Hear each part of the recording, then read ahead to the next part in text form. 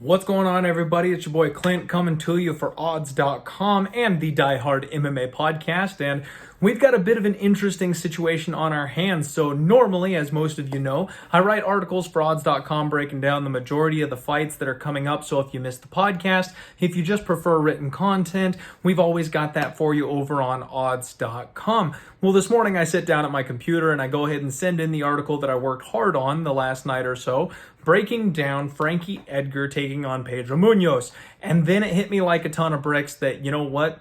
That fight's been canceled because Munoz has caught COVID. So I went ahead and got in touch with odds.com, and rather than scrambling to write another article that's going to be probably something a little bit subpar because I'm pushing it out as quickly as possible for you guys, we'll just do a video recap. There's been a whole lot of moving parts coming up. UFC 251, UFC Fight Night 172. A lot of things are very fluid right now. A lot of things are moving very, very quickly. So rather than writing an article and having you guys see it in a day or two and maybe having that information be outdated as well, let's just talk about it. Why don't we? Let's start with the big news, okay? UFC 251, George Masvidal filling in, taking on Kamaru Usman. We just found out that apparently Masvidal's coaches have COVID. That's right. George is not going to have his main coach for this fight. Now, there was a huge scramble online. As soon as that news broke, everybody assumed the fight was off. Everybody assumed that George Masvidal was not going to be able to compete. He wasn't going to be able to make the fight. And so far, it seems that that is not the case.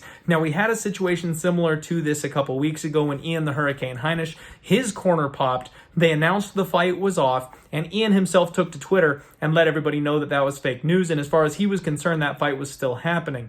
They ended up getting that fight pulled off. He had to swap out a couple people in his corner to get it to happen because it was the cornermen who were infected, but not Ian. That's exactly what it appears is happening here. From everything that I've heard, George Masvidal has passed his tests, and that main event is still going to be intact. He's just going to have to find some alternate cornermen. So, good news for everybody that already put action in. Good news for fans that just want to see an awesome fight. It sounds like so far the main event for UFC 251 is still on. A little on further down the card, we touched briefly on the podcast on Monday that Marcin Tybura is going to be getting a new opponent, and it was someone who I really didn't have a chance to look into.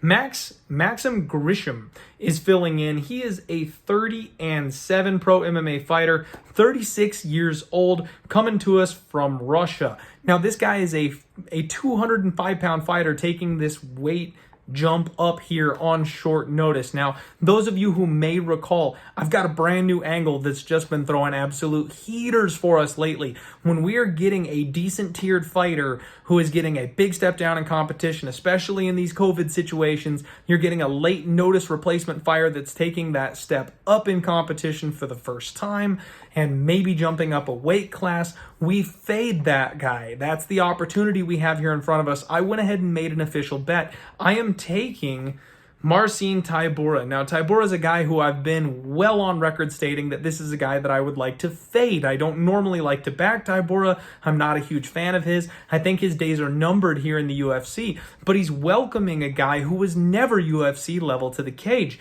Maxim Grisham is older than Marcin Tybura. He's 36 years old, and he naturally fights a weight class below. So Marcin is just going to be the bigger, thicker man in this situation. And what I've seen from Maxim is that he struggles with the grappling. If Marcin Tybura gets on top of this guy, I wouldn't be shocked if Marcin Tybura gets his first finish in years, because this guy will just not be able to get out from under him. Now, Max is dangerous on the feet. He's got some heavy hands, and we've talked about how Tybura doesn't have that great of a chin anymore, so that knockout threat is present. But again, we got to ride this angle. I'm taking the shot and laying the wood here on Marcin Tybura. I think he's experienced enough. I think he knows what he's doing in there enough. He's the guy coming in on a full camp, taking on this short notice replacement fighter. I think all the signs point to us having that angle. We're getting a pick'ems type of price, maybe a slight favorite line on Marcin Tybura, so we're not laying a ton of wood. I wish we could get dog money, but we're not the only ones seeing the opportunity here. I expect Marcin Tybura to be able to hang on the feet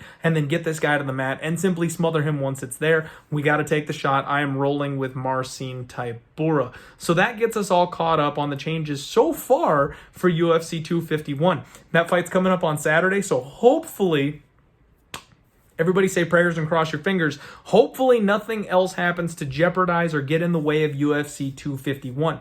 Now, Wednesday, we've got UFC Fight Night 172, Kattar versus Ige. And that's happening on the Wednesday night next week. So we're going to have a real short turnaround here, and we've got to get prepped up for some of these fights.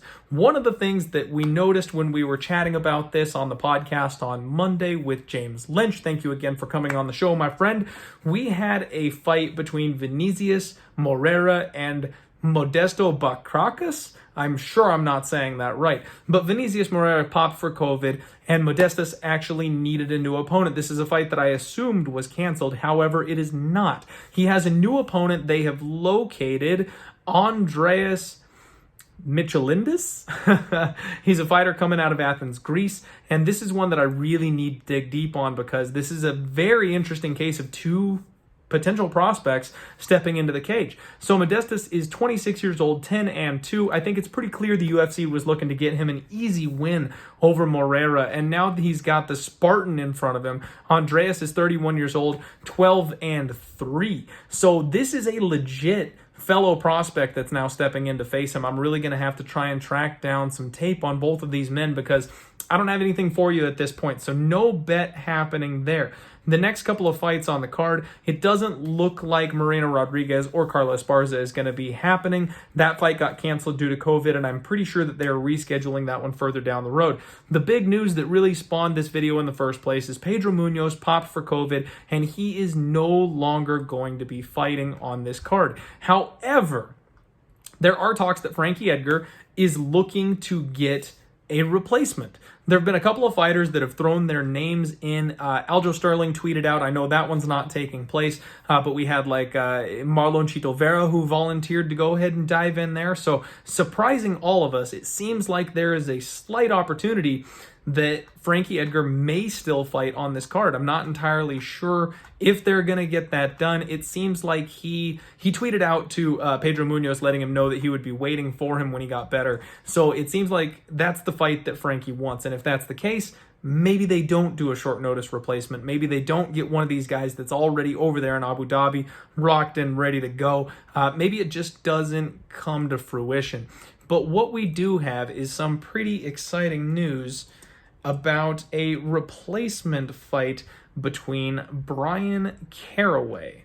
And it looks like they're going to get him to take on, let me find it here, Jimmy Rivera. Brian Caraway versus Jimmy Rivera is being added to Wednesday's card, UFC Fight Night 172. So this is going to be a short notice fight for both of them. Brian Caraway, we just most recently saw taking on Brian Boom Kelleher. He's making a bit of a quick turnaround. He didn't seem like he was banged up all that much in that fight, so not a ton of damage taken. Jimmy Rivera, I'm going to be very curious to see what kind of condition he is in coming into this fight, because we don't know if he had a fight lined up. We don't know if he was potentially training. Is he coming off the couch in this situation? No clue. That's a fight that we're going to have to do some serious studying on. We've got a very short time to get it done, but don't worry, that's what your boy is for. I'm going to dig in. I'm going to get you the facts and the information on those guys. We'll see when that line drops. Unfortunately, it's just been announced, so we don't have a line yet on that particular fight, but I expect it's going to be relatively close. I mean, Jimmy Rivera has struggled with the upper echelon of the division,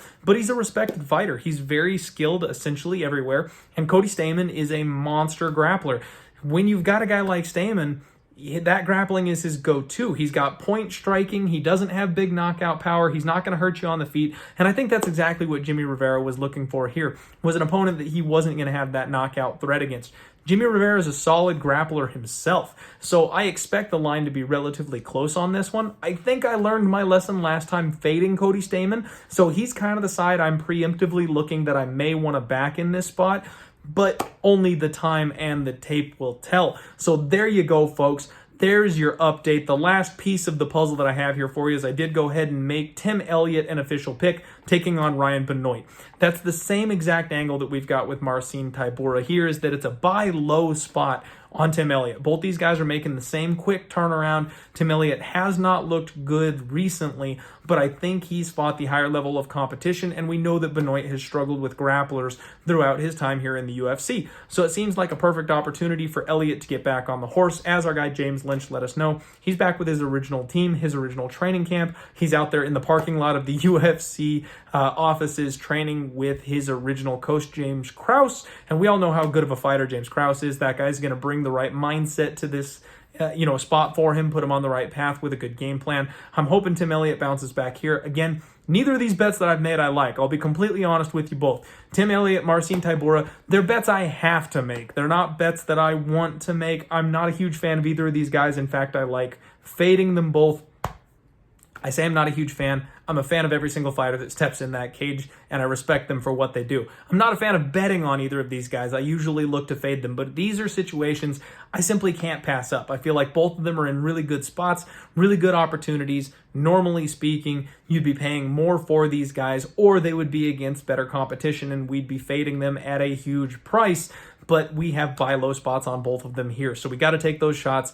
That's what I'm on. That's your news update. If anything else comes out, we will be sure to update you and let you know. Make sure you hit that bell, subscribe to odds.com, hit the like button for me, jump in the comments below. Let me know who you like out of these last mix-ups. Let me know if you're going to be on Usman or Masvidal, and give me a follow over at Die Hard MMA Pod on Twitter if you want to communicate with me any more than that. Good luck on your action this week, folks. We will see you Thursday for the Total Madness show, breaking down Wednesday's UFC 172 Fight Night card. And then on Friday, as always, I will have my after the weigh-ins video, and we'll see what these boys and girls look on the scale for UFC 251.